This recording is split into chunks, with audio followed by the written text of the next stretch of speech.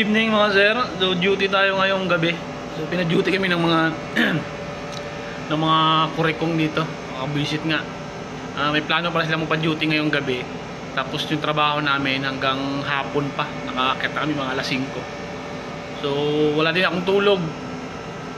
So yung duty ng kasama ko ay nagdiretso na. So nag-duty siya dyan na ngayon 1700 to 2100. Ako naman ngayon 2100 hanggang 0100. So bale bukas siya ng hapon pahinga niya. So bukas ng umaga pahinga ko rin. So papasok na ako niyan hapon mga 12:30.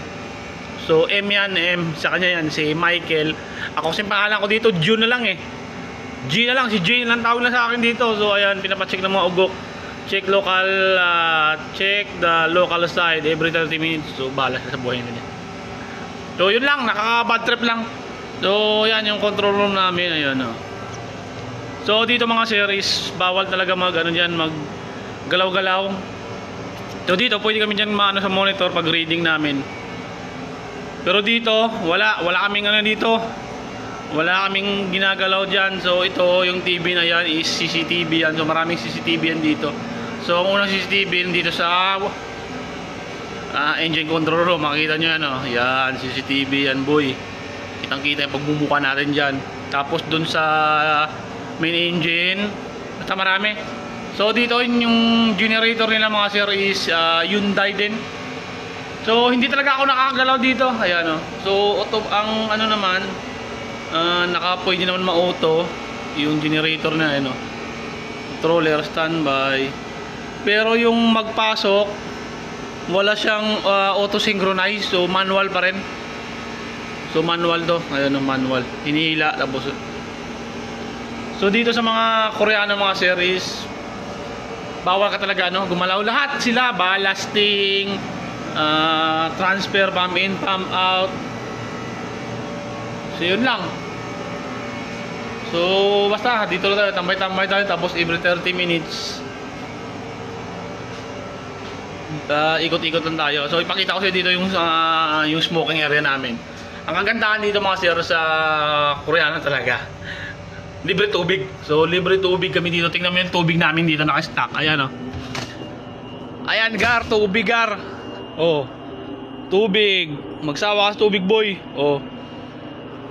So dito yung mga smoking, upuan ni chief engineer. Dito wala namang may-ari yan, kung sino lang gusto magyosi yan dyan. Ayan. So diyan electrical store, ayun. Ito zero. Kaso ang init dun eh. Mainit lang dun. So ayun, ininstalan to ng bago ng ano, mga wiring ng mga checkwa, ayun, may mga tira-tira. Ang pangit ng tagal dito mga series.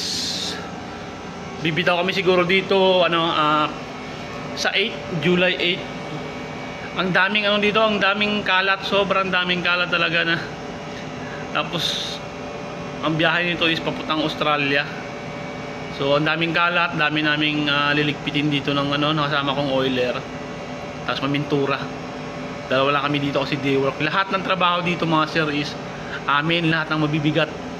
Parang feeling ko nga parang ito siguro unang barko ko. At saka panghuli. Kasi grabe dito pag okay yung day work. Kasi nga may Sabado Linggo, pero yung trabaho dito grabing ano. Hindi ka tulad pag duty. Pag ganito duty ka lang, siyempre sa umaga 4 na oras yung bakbakan, tapos sa paggabi naman or nabigasyon, duty na kayo ng engineer, may konting maintenance dito. Kasi lahat ng sobrang basta mabibigat na trabaho kami palaging ano, nagbubuhat dito.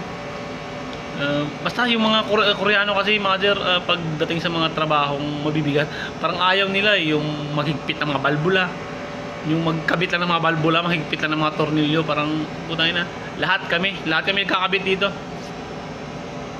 So yun lang mga sir. Parang sarap na nga umuwi dito eh.